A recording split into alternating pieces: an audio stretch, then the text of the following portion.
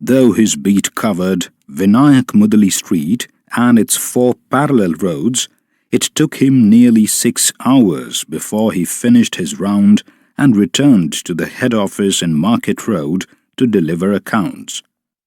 He allowed himself to get mixed up with the fortunes of the persons to whom he was carrying letters. At number 13, Kabir Street, lived the man who had come halfway up to the road to ask for a letter for so many years now.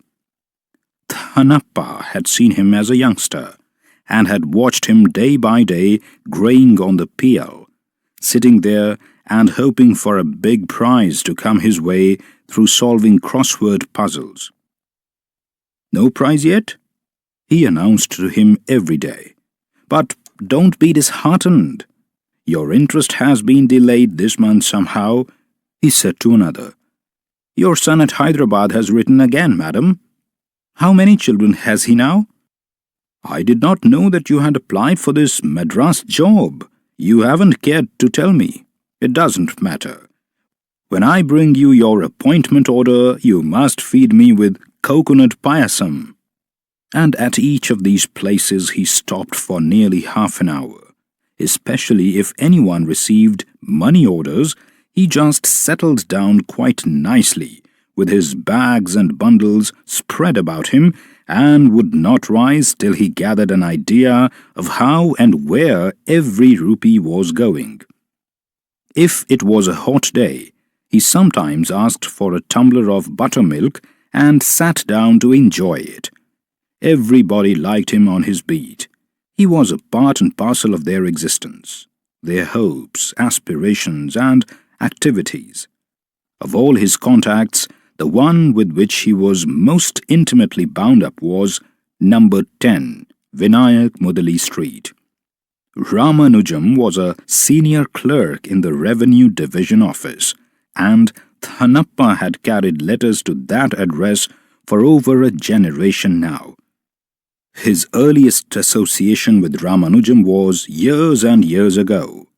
Ramanujam's wife was away in the village. A card arrived for Ramanujam.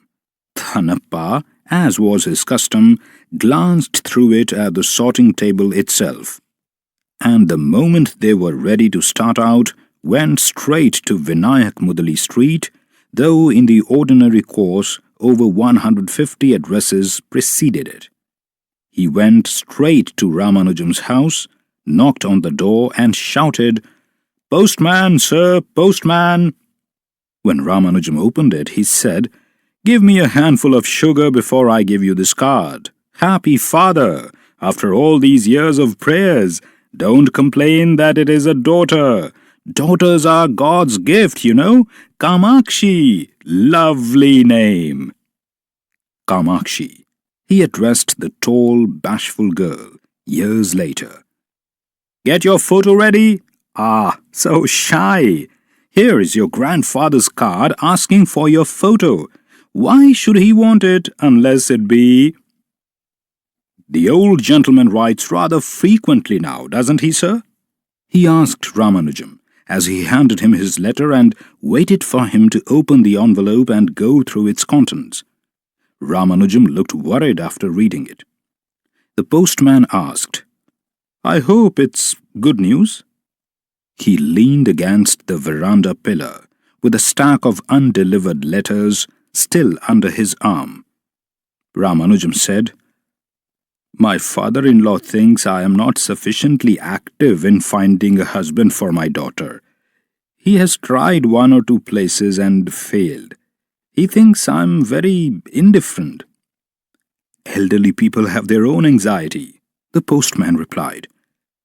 "The trouble is," said Ramanujam, "that he has set apart 5,000 rupees for this girl's marriage and is worrying me to find a husband for her immediately. But money is not everything." "No, no," echoed the postman. "Unless the destined hour is at hand, nothing can help."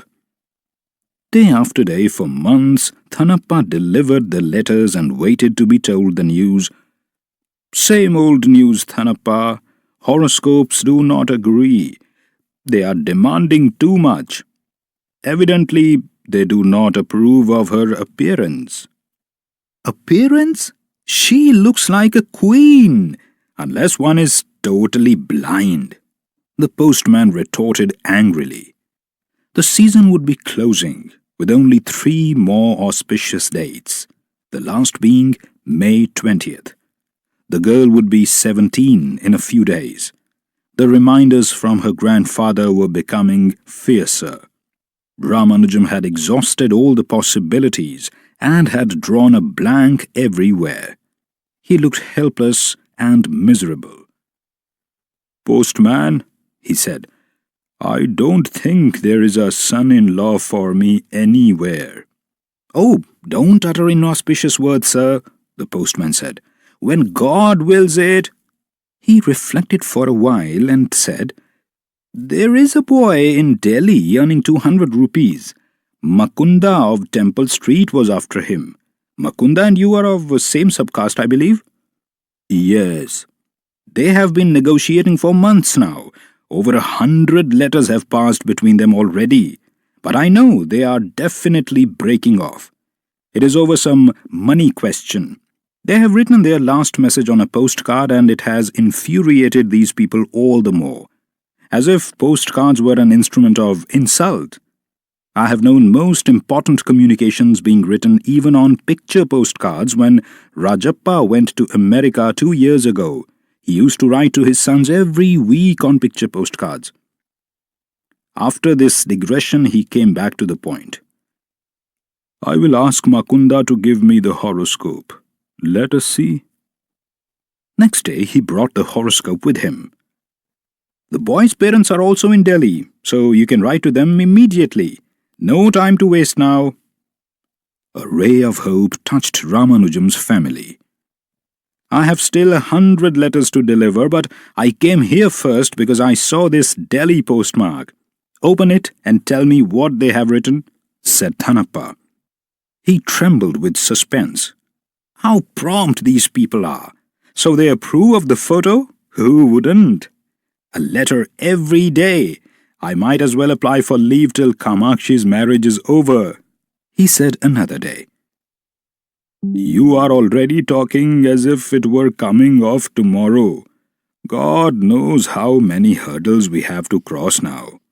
Liking a photo does not prove anything." The family council was discussing an important question, whether Ramanujam should go to Madras, taking the girl with him and meet the party who could come down for a day from Delhi. The family was divided over the question. Ramanujam, his mother, and his wife, none of them had defined views on the question, but yet they opposed each other vehemently. "We shall be the laughing stock of the town," said Ramanujam's wife, "if we take the girl out to be shown round." "What queer notions! If you stand on all these absurd, antiquated formalities, we shall never get anywhere near a marriage. It is our duty to take the girl over even to Delhi if necessary." "It is your pleasure then. You can do what you please. Why consult me?" Tempers were at their worst, and no progress seemed possible. Time was marching. The postman had got into the habit of dropping in at the end of his day's work and joining in the council. "I am a third party. Listen to me," he said. "So, please take the train to Madras immediately.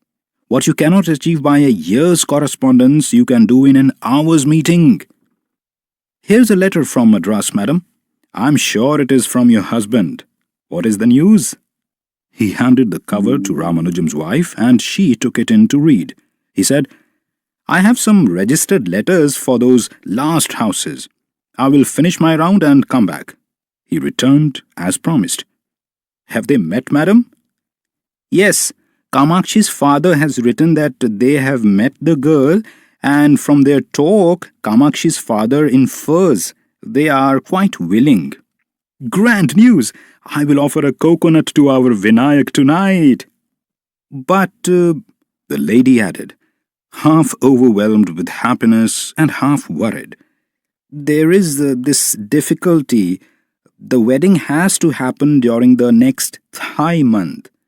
It will be so difficult to hurry through the arrangements now. But they say that the marriage must be done on the 20th of May. If it is postponed, the boy can't marry for 3 years. He is being sent away for some training. The old gentleman is as good as his word, the postman said, delivering an insurance cover to Ramanujam. He has given the entire amount. You can't complain of lack of funds now. Go ahead. I'm so happy you have his approval. More than their money, we need their blessings, sir. I hope he has sent his heartiest blessings. Oh yes, replied Ramanujam. My father-in-law seems to be very happy at this proposal. A 5,000 rupee marriage was a big affair for Malguri. Ramanujam, with so short a time before him and none to share the task of arrangements, became distraught. As far as it could go, Thanappa placed himself at his service during all his off hours. He cut short his eloquence, advices, and exchanges in other houses. He never waited for anyone to come up and receive the letters. He just tossed them through a window or an open door with a stentorian, "Letter, sir." If they stopped him and asked, "What is the matter with you? In such a hurry?" "Yes, leave me alone till the 20th of May. I will come and squat in your house after that." And he was off. Ramanujam was in great tension. He trembled with anxiety as the day approached nearer. It must go on smoothly. Nothing should prove a hindrance. "Do not worry, sir. It will go through happily by God's grace. You have given them everything they wanted in cash and presents. They are good people." "It is not about that. It is the very last date for the year. If for some reason some obstruction comes up, it is all finished forever. The boy goes away for 3 years. I don't think either of us would be prepared to bind ourselves to wait for 3 years." It was 4 hours past the Muhurtam on the day of the wedding. A quiet had descended on the gathering. The young, smart bridegroom from Delhi was seated in a chair under the pandal. Fragrance of sandal, flowers and holy smoke hung about the air. People were sitting around the bridegroom talking. Thanappa appeared at the gate loaded with letters. Some young men ran up to him demanding, "Postman, letters?" He held them off. "Get back! I know to whom to deliver." He walked up to the bridegroom and held up to him a bundle of letters very respectfully.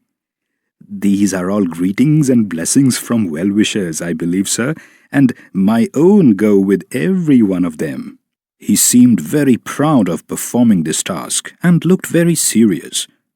The bridegroom looked up at him with an amused smile and muttered, "Thanks.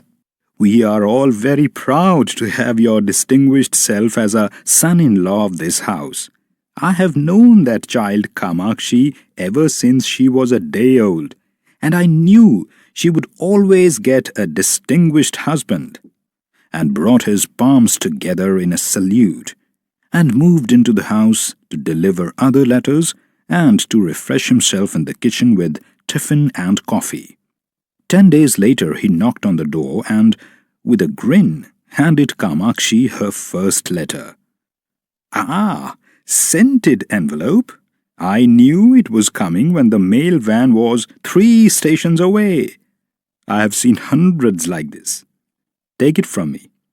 Before he has written the 10th letter, he will command you to pack up and join him, and you will grow a couple of wings and fly away that very day and forget forever Thanappa and this street. Isn't it so?" Kamakshi blushed, snatched the letter from his hands, and ran in to read it. He said, turning away, "I don't think there is any use waiting for you to finish the letter and tell me its contents." On a holiday, when he was sure Ramanujam would be at home, Thanappa knocked on the door and handed him a card. "Ah!" cried Ramanujam. "Bad news, Thanappa. My uncle, my father's brother, is very ill in Salem, and they want me to start immediately." "I'm very sorry to hear it, sir," said Thanappa, and handed him a telegram. "Here's another." Ramanujam cried, "A telegram?" He glanced at it and screamed, "Oh, he is dead!" He sat down on the pail, unable to stand the shock. Thanappa looked equally miserable.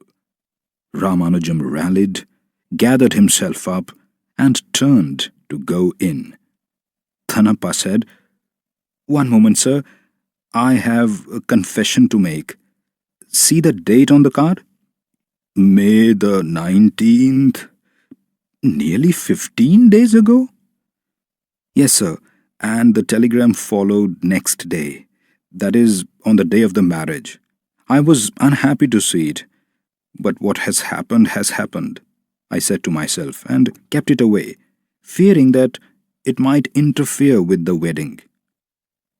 Ramanujam glared at the postman and said, "I would not have cared to go through the marriage when he was dying." The postman stood with bowed head and mumbled, "You can complain if you like, sir. They will dismiss me. It is a serious offense." He turned and descended the steps and went down the street on his rounds. Ramanujam watched him for a while and shouted, "Postman!" Thanappa turned round. Ramanujam cried, "Don't think that I intend to complain.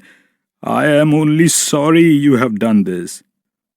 "I understand your feelings, sir," replied the postman, disappearing around a bend.